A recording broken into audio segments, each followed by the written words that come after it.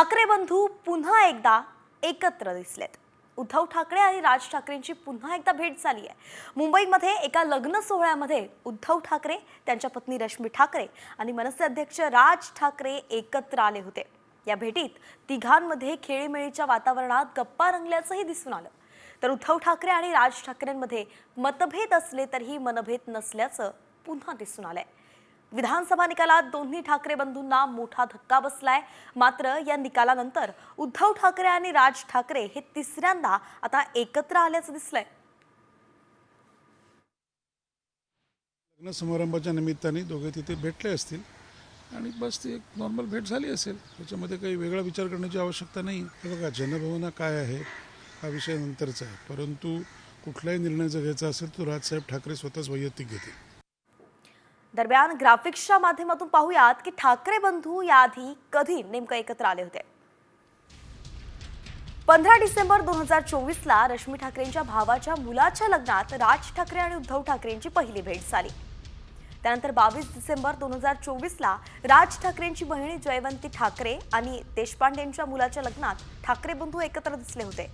आणि त्यानंतर आता 23 फेब्रुवारी 2025 ला शासकीय अधिकाऱ्याच्या मुलाच्या लग्नात राज ठाकरे आणि उद्धव ठाकरेंची भेट झाली होती। एकंदरीतच तिन्ही घटना जर पाहिल्या तर लग्न समारंभात ठाकरे बंधू एकत्र आल्याचं पाहायला मिळालं आणि तिन्ही लग्न समारंभामध्ये त्यांच्यात गप्पाही रंगल्या। तर दोन्ही ठाकरे बंधूंनी एकत्र यावं म्हणून आधी पुण्यात आणि मग मुंबईत शिवसेना भवनासमोर सुद्धा बॅनर लागल्याचं आपण पाहिलं होतं आणि त्यामुळे मनपा निवडणुकीसाठी दोन्ही ठाकरे एकत्र येणार का याची चर्चा आता सुरू झाली आहे आणि त्यातच या दोघांच्या भेटीगाठी होताना दिसतात। त्यानंतर वळूयात पुढच्या बातमीकडे। तर रश्मी ठाकरेंनीही ऍक्शन मोडवरती ते आता आल्याचं पाहायला मिळतंय। आज त्यांच्या नेतृत्वात महिला पदाधिकाऱ्यांची मातोश्रीवरती बैठक होतीये। नीलम गोऱ्हेंनी केलेल्या विधानानंतर ठाकरे गटाच्या महिला पदाधिकारी आता चांगल्याच आक्रमक झाल्यात आणि त्यांच्यासोबतच रश्मी ठाकरे आज संवाद साधणार आहेत।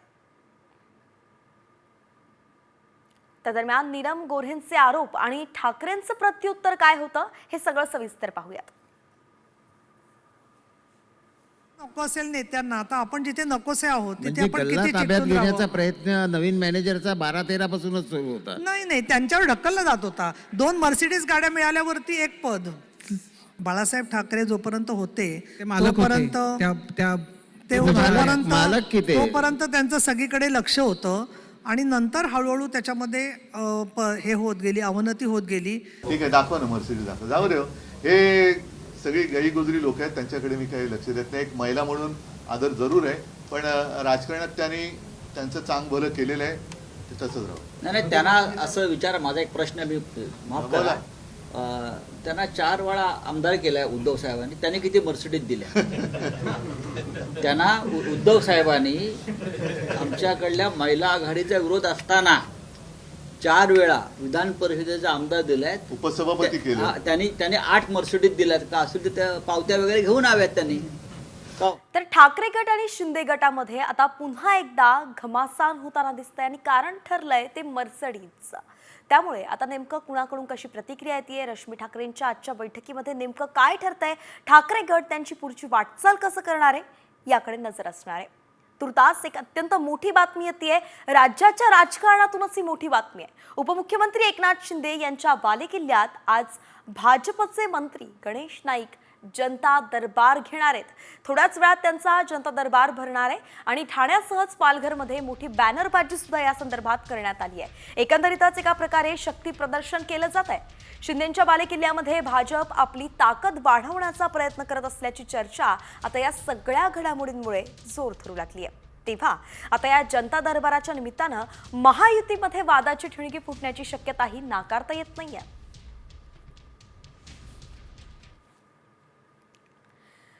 ठाण्यात जनता दरबार घेऊन नाईकांनी थेट उपमुख्यमंत्री एकनाथ शिंदेंनाच आव्हान दिलंय, म्हणून आता शिंदेंकडून याला कसं प्रत्युत्तर दिलं जातं पाहावं लागेल। तुर्तास राज्यभरातील इतरही बातम्या आहेत, त्या सगळ्यांचा आता वेगवान आढावा टॉप 50च्या माध्यमातून।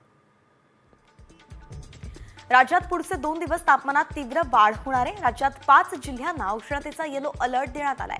मुंबईसह कोकणात उष्णतेची लाट वाढण्याची शक्यता आहे। मुंबई, ठाणे, पालघर, रायगड आणि रत्नागिरी या जिल्ह्यांना नागरिकांच्या या जिल्ह्यातील नागरिकांना उन्हाच्या चटक्यासहज उकाड्याला सामोरं जावं लागू शकतं.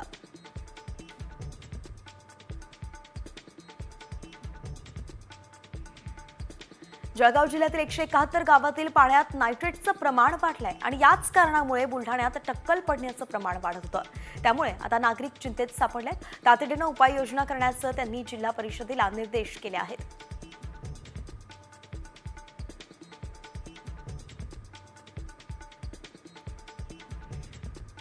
महाशिवरात्री निमित्तानं श्री क्षेत्र भीमाशंकरला तयारी सुरू झाली आहे. देशभरातून मोठ्या संख्येनं भाविक हजेरी लावत असतानाच यासाठी आता भीमाशंकर देवस्थानाकडून मंदिर आणि परिसराची स्वच्छता केली जाते आहे. महाशिवरात्री निमित्तानं महादेव नगरी सजवण्यासाठी तयारी सुरू झाली आहे.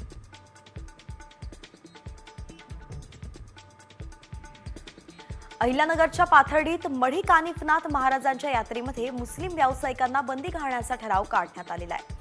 यात्रेचा काळ हा दुखवट्याचा असतो, मात्र मुस्लिम व्यापारी परंपरा पाळत नाही आणि त्यामुळे भावनांना ठेच पोहोचते असं ग्रामस्थांचं मत आहे.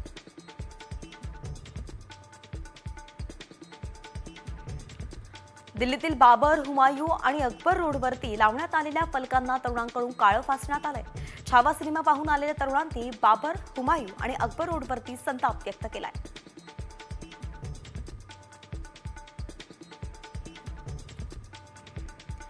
दहावीच्या परीक्षा केंद्रावरती व्हिडिओ काढत विद्यार्थ्यांना रील्स बनवण्याचा प्रकार अकोल्यात घडला. अकोल्यातल्या सावित्रीबाई फुले जिल्हा परिषद माध्यमिक कन्या विद्यालयातील हा रील मोठ्या प्रमाणात आता व्हायरलही होतोय.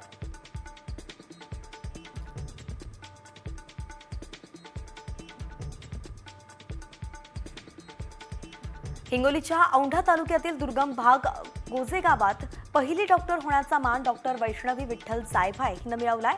वैष्णवीनं थेट फिलिपिन्स गाठत MBBSचं शिक्षण घेतलंय.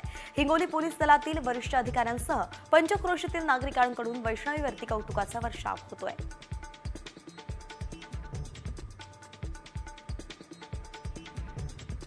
नाशिकच्या मनमाडमध्ये महाराष्ट्र नाशिक जिल्हा कबड्डी असोसिएशनकडून कबड्डी स्पर्धांचं आयोजन करण्यात आलं. मॅटवरती या स्पर्धा घेण्यात येत असून एकूण 62 संघ सहभागी झालेत.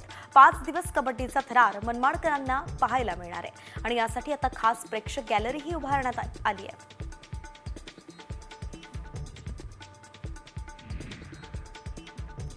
संभाजीनगरमध्ये 10वी आणि 12वीच्या परीक्षा केंद्रांवरती चक्क खासगी क्लासेसचे शिक्षक सुपरवायझर म्हणून काम करत आहेत. हेच शिक्षक विद्यार्थ्यांना कॉपी पुरवण्याचं काम करत असल्याचा आता वास्तव सुद्धा समोर आलेला आहे. फुलंब्री तालुक्यामध्ये कोचिंग क्लासेसचे 9 तर खासगी इंग्लिश शाळांचे 2 शिक्षक सापडलेत.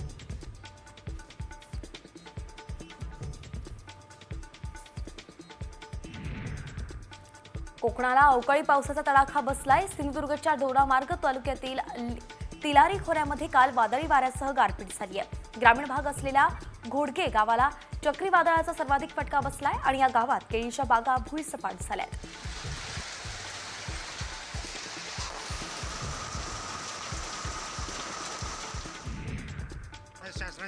वणी नाशिक रस्त्यावरती भरधाव चारचाकीनं 4 मोटरसायकलला धडक दिल्यानं अपघात झालाय. 2 महिलांसह 4 मोटरसायकल स्वार गंभीर जखमी झालेत. खासगी वाहनात नियमबाह्य महाराष्ट्र शासन बोर्ड लावलेला कार चालक मद्यधुंद अवस्थेत सापडल्यावरती स्थानिकांनी त्याला चोप दिला.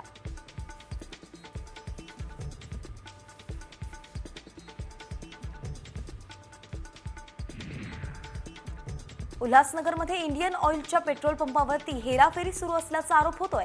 कारण एका ग्राहकानं 120 रुपयांचं पेट्रोल भरल्यानंतर त्याच्या गाडीतून फक्त अर्धा लिटरच पेट्रोल निघालं. या सगळ्या प्रकाराचा व्हिडिओ आता समोर आलाय आणि या पेट्रोल पंपावरती आता कारवाईची मागणी केली जाते.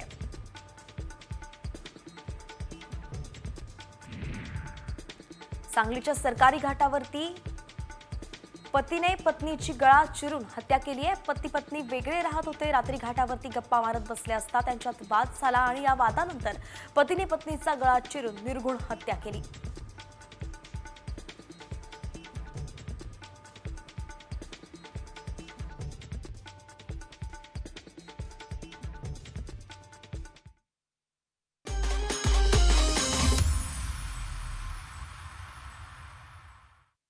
यानंतरची बातमी जत्रेसंदर्भात आहे.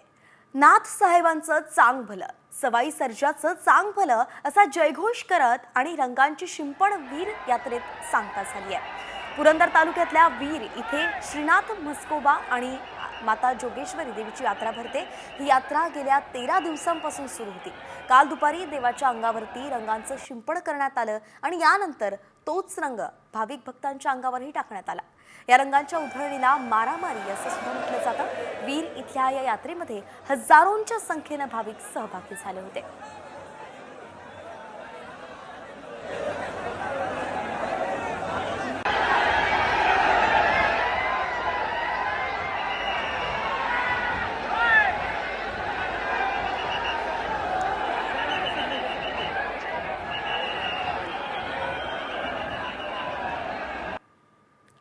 आणि यानंतर पुन्हा एकदा वळूया 36 जिल्हे 36 रिपोर्टरकडे.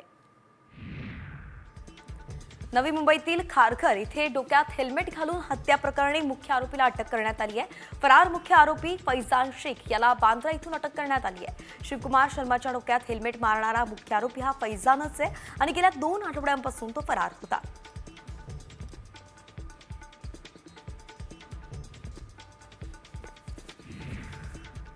यवतमाळमध्ये गोव्यातून कमी किमतीत विदेशी मद्य आणून त्याची विक्री करणाऱ्या रॅकेटचा पर्दाफाश करण्यात आलाय.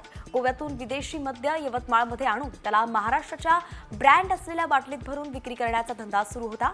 उत्पादन शुल्कानं 20 लाखांचा मद्यसाठा जप्त करून 2 जणांना या संदर्भात ताब्यात घेतलंय.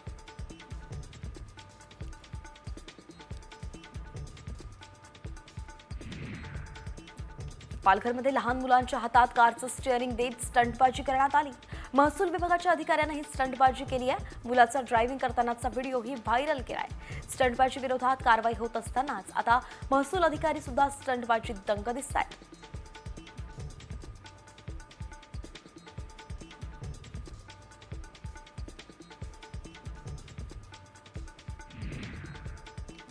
घणसोलीच्या चोराला उल्हासनगर गुन्हे शाखेनं अटक केली आहे. या चोरानं 3ऱ्या मजल्यावरील घरात खिडकी वाटे प्रवेश करून चोरी केली होती आणि त्याच्याकडून चोरी केलेली अंगठी पोलिसांनी हस्तगतही केली आहे.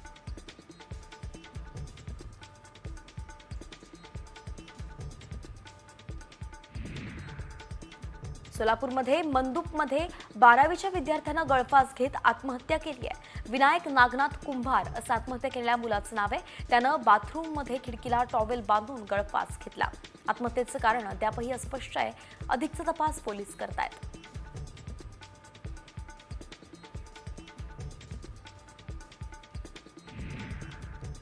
शिर्डी पोलीस ठाण्याच्या हद्दीत 2 ठिकाणी चोऱ्या झाल्याचं पाहायला मिळालं. पिंपळवाडीतील हनुमान मंदिरात दानपेटीची चोरट्यांनी चोरी केली तर निमगावमध्ये घरफोडी करत सोन्यासह 2.5 लाखांचा ऐवज लंपास केला आणि त्यामुळे नागरिकांमध्ये भीतीचं वातावरण आहे.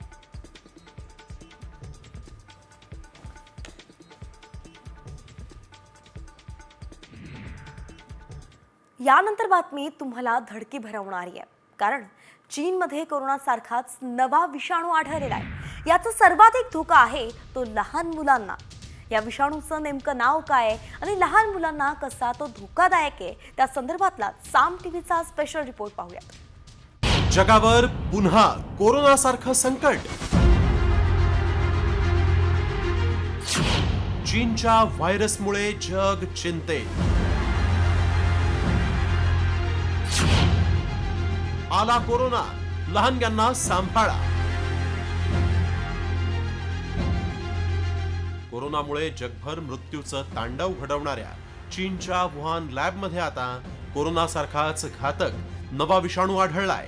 हा विषाणू चीन बाहेर पसरल्यास संपूर्ण जग पुन्हा एकदा थांबण्याची शक्यता वर्तवली जातीये. विशेषतः लहान मुलांना या व्हायरसचा धोका जास्त आहे. 2 वर्षांपेक्षा कमी वयाच्या मुलांची रोगप्रतिकारक शक्ती कमी असल्यानं या नव्या विषाणूचा मुलांना सर्वाधिक धोका आहे. त्यामुळे सर्व देशांचं टेन्शन वाढलंय. चीनच्या वुहान लॅबमध्ये आढळलेला आणि जगाचं टेन्शन वाढवणाऱ्या विषाणूची वैशिष्ट्य काय आहेत पाहूया. HKU5 हा नवीन प्रकारचा कोरोना व्हायरस. हाँगकाँगमधल्या जपानी वटवाघळांमध्ये हा विषाणू प्रथमच आढळला.